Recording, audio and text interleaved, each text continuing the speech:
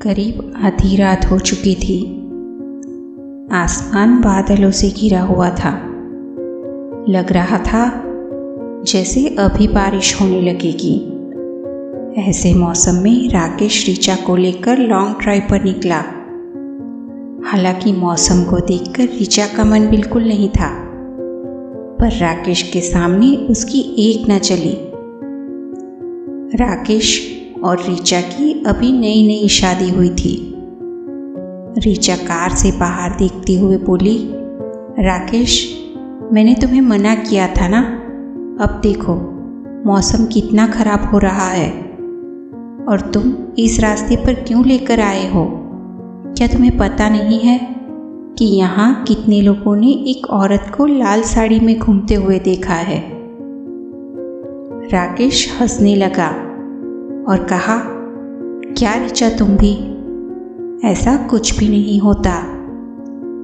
राकेश ने ऋचा से कहा, अच्छा बाबा, अपना मूड खराब मत करो, यहीं आगे से यू टर्न ले लेंगे, अब तो मुस्कुरा दो। अब राकेश को ऐसा लग रहा था जैसे वो कब से कार चला रहा है, पर वापस मुड़ने के लिए कोई यू टर्न ही नहीं आ रहा। मौसम तो और भी बिगड़ता जा रहा था और जोरों की बारिश भी चालू हो गई। अब राकेश को कार ड्राइव करने में भी दिक्कत आ रही थी। तभी राकेश को दूर से एक होटल दिखाई दिया। राकेश ने ऋचा से कहा, ऐसा करते हैं, बारिश के रुकने तक उसी होटल में रुक जाते हैं। ऋचा ने ना चाहते हुए भी हाँ में सिर हिलाया। दोनों ने उसी होटल के सामने अपनी कार रोकी। होटल देखने में तो बहुत पुराना लग रहा था। दोनों अंदर चले गए। रिसेप्शन पर एक बूढ़ा सो रहा था। राकेश ने उन्हें जगाया और कहा, क्या बारिश के रुकने तक हम यहाँ रुक सकते हैं? उस बूढ़े ने कहा, क्यों नहीं, कभी कभी तो आप जैसे लोग यहाँ पर आते हैं। राकेश ने कहा, क्या मतलब है आपका? बूढ़े ने हंसते हुए कहा, कुछ नहीं। राकेश और ऋचा वहीं सोफे पर बैठ गए। ऋचा ने उस बूढ़े से पूछा, क्या ये सच है कि यहाँ लोगों को लाल साड़ी वाली औरत दिखती है? बूढ़े ने कहा, बेटा, मैंने कभी देखा तो नहीं, पर सुना ज़रूर है। फिर बूढ़े ने कहा, आप दोनों के लिए चाय बना दूं?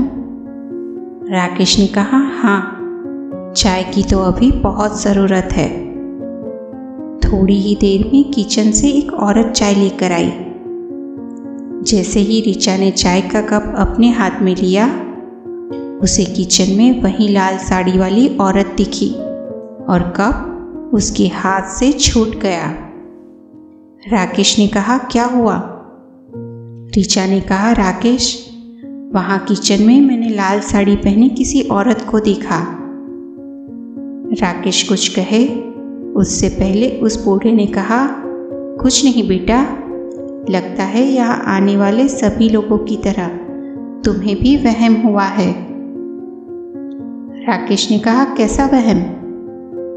बूढ़े ने कहा, बहुत साल पहले आप ही की तरह एक शादीशुदा जोड़ा इसी होटल में रुका था, पर कुछ नशेबाजों ने पति और पत्नी को बड़ी बेरहमी से मार डाला।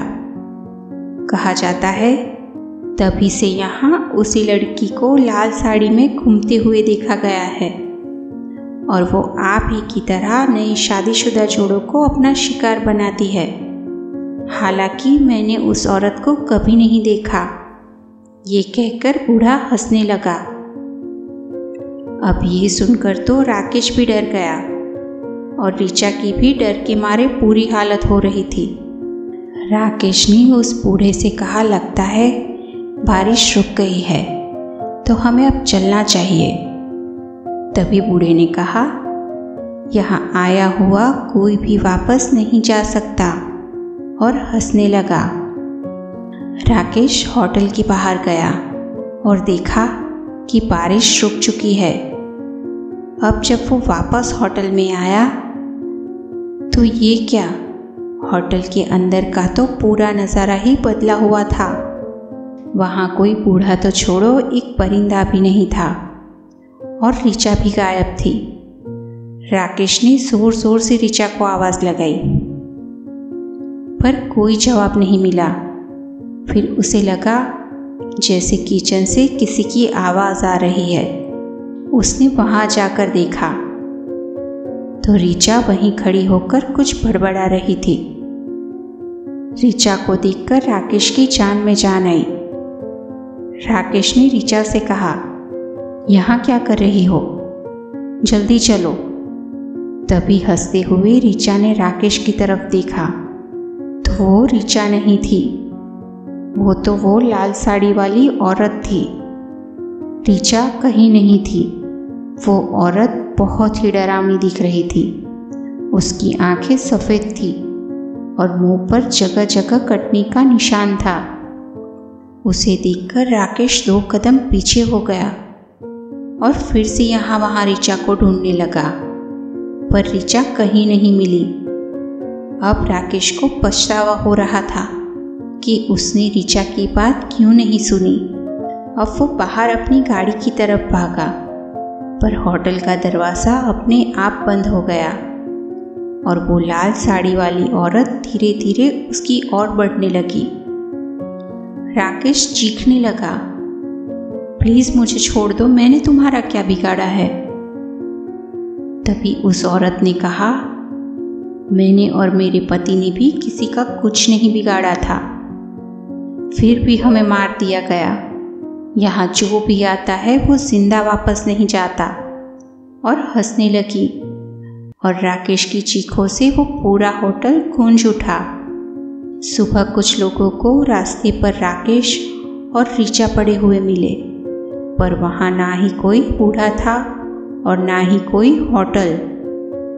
राकेश की एक गलती की वजह से राकेश और ऋचा को अपनी जान गंवानी पड़ी।